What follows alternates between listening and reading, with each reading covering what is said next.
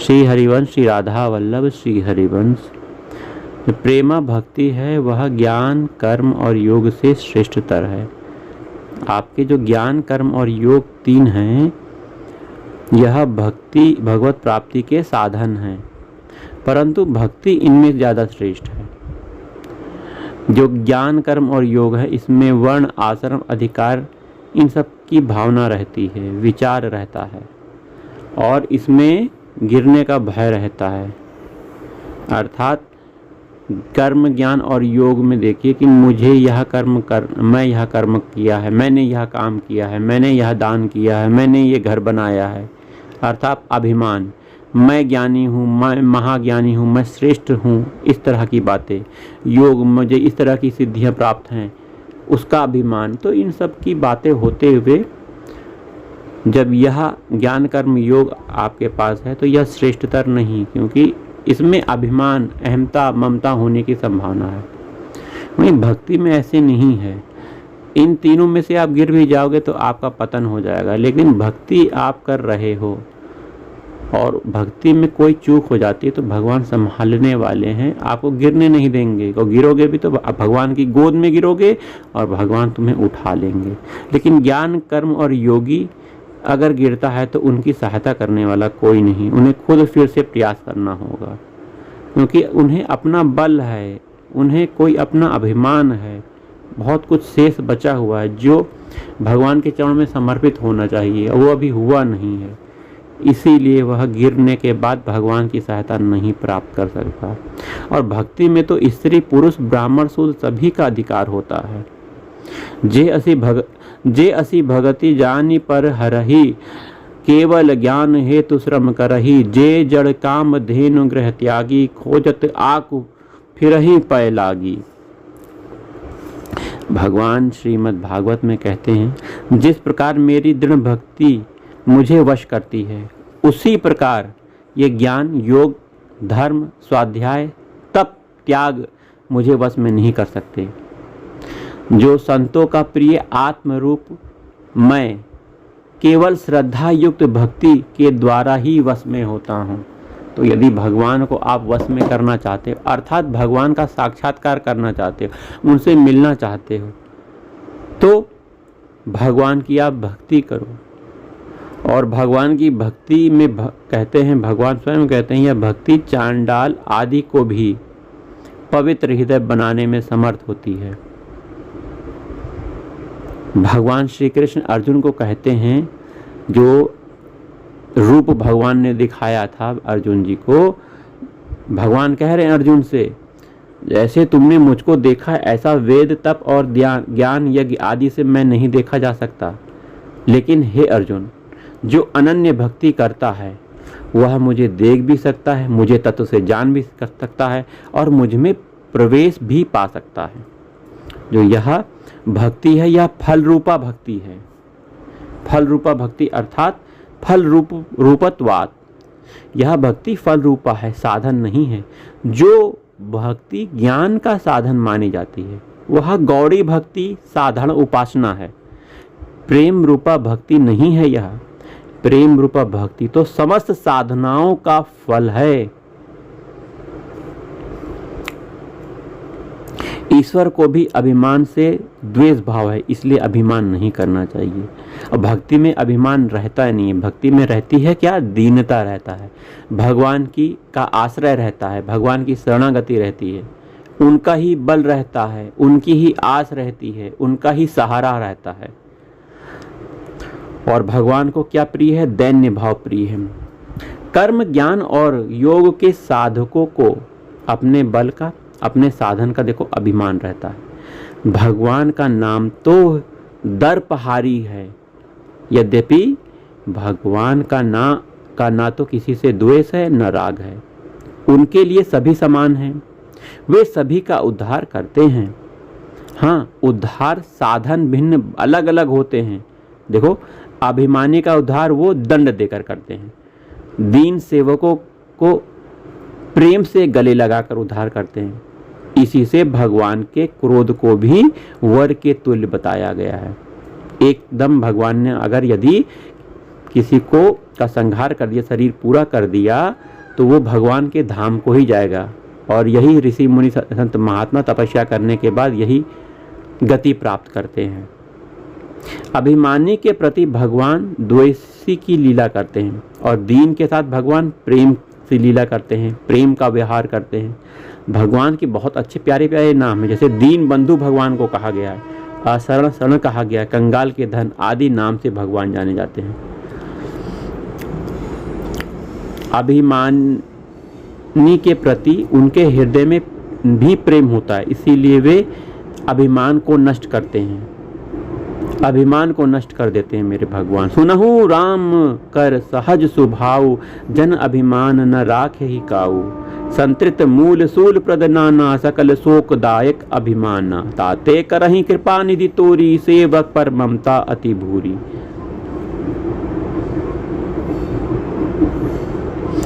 दीन अमानी लोगों को, गरीब लोगों को अपने हृदय से लगाते हैं भगवान।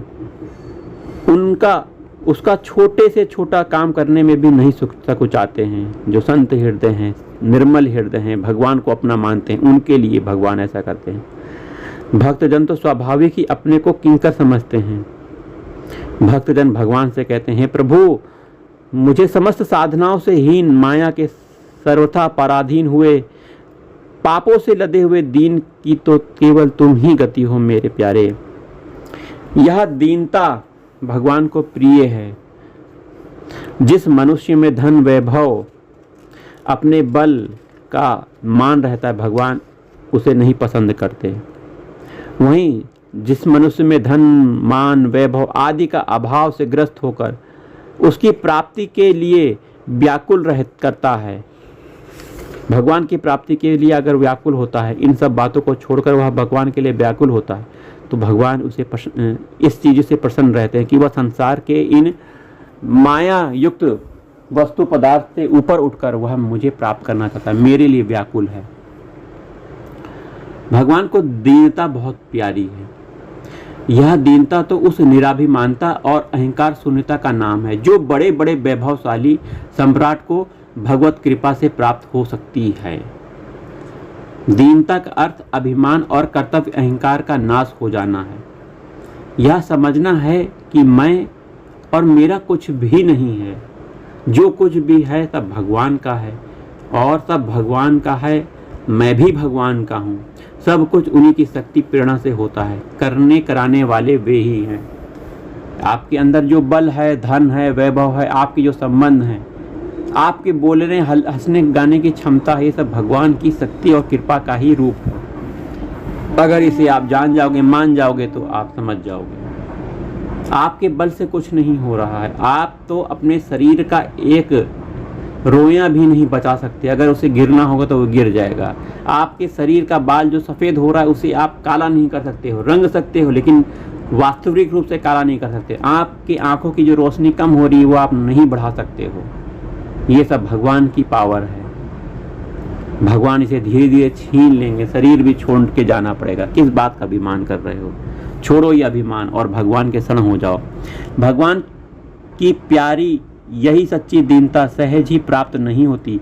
अभिमान का सारा भूत उतरे बिना दीनता नहीं आती। जो वर्ण, जाति, धन, मान, विद्या, साधन, स्वास्थ्य आदि का अभिमान और कर्तापन का अहंकार करते हैं, ऐसे मनुष्यों में दीनता नहीं आती। ऊपर से मनुष्य दम्भपूर्वक दीन बने होते हैं, भगवान के सामने अपने को दीन कहता है, रोने का स्वांग भी भरता है, परंतु उसकी दीनता की परीक्षा तो तभी होती है जब बड़े से बड़े सांसारिक पदार्थ हो। तो और साधनाओं की प्राप्ति का में भी स्वाभाविक दीनता ज्यों की त्यों बनी रहे। जो सब लोगों के सामने अपने से हीन स्थिति से दूसरे मनुष्यों द्वारा दीन और पापी कहा जाने पर भी केवल सह नहीं लेता, वरन उसे सत्य समझकर प्रसन्न होता है और प्रभु प्राप्ति के लिए सदैव जिसका चित्त खिन्न रहा करता है, ऐसे ही खिन्न दीन भावना भगवान को प्यारे होते हैं।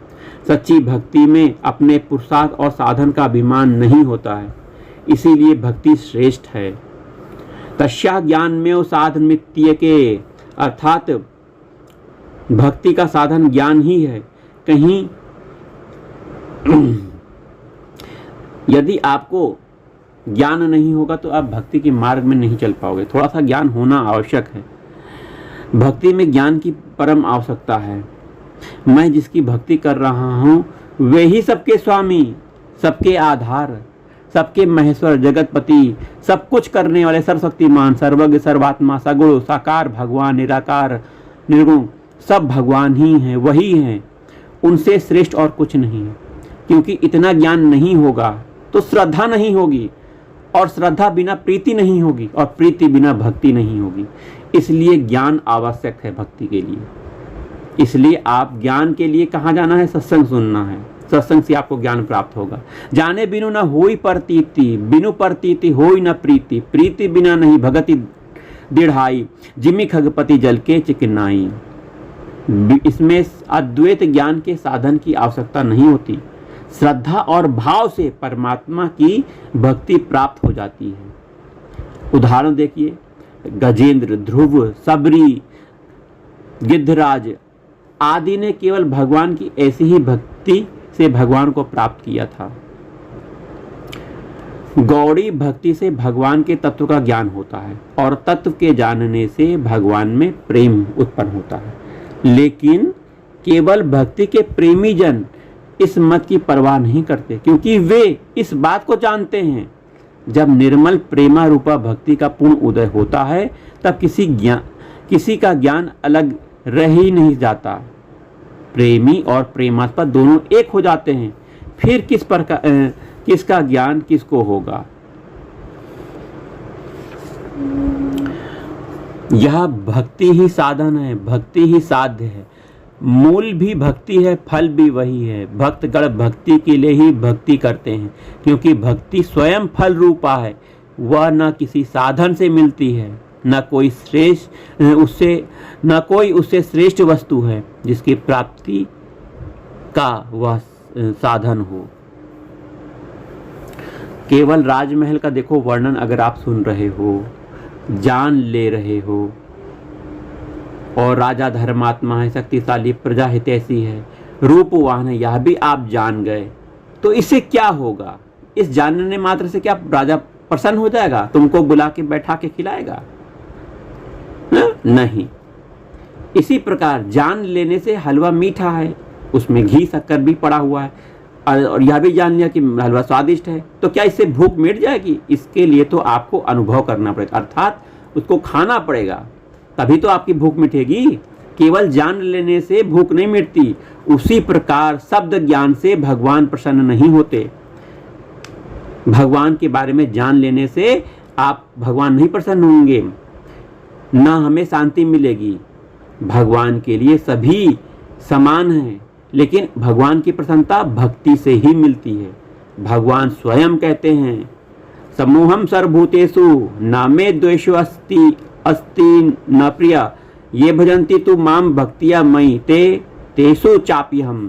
मैं सब भूतों में सम हूँ, कोई मेरा द्वेष है न प्रिय है, परंतु जो मुझको भक्ति पूर्वक भजते हैं, ध्यान से सुनिए, जो भगवान को भक्ति पूर्वक भजते हैं वे मुझ में हैं और मैं उनमें हूँ।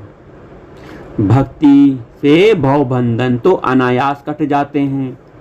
साक्षात भगवान उनके प्रेमास्पद बनकर उनके साथ दीर्घ लीला करते हैं। अनन्य बड़े बड़े साधनों से भी सहज न मिलने वाली अति दुर्लभ मुक्ति बिना ही मांगे बलात् आ जाती है, परंतु वह भक्त तो मुक्ति निरादर भगति लुभाने, मुक्ति की ओर आंख उठाकर देखता ही नहीं है। ऐसे सुलभ और सर्वोपरि स्थिति रूप भक्ति को छोड़कर दूसरे साधनों का कोई क्या करे, क्यों करे? कोई दूसरा साधन क्यों करे? श्रद्धालु और बुद्धिमान पुरुषों को तो केवल भक्ति ही करनी चाहिए।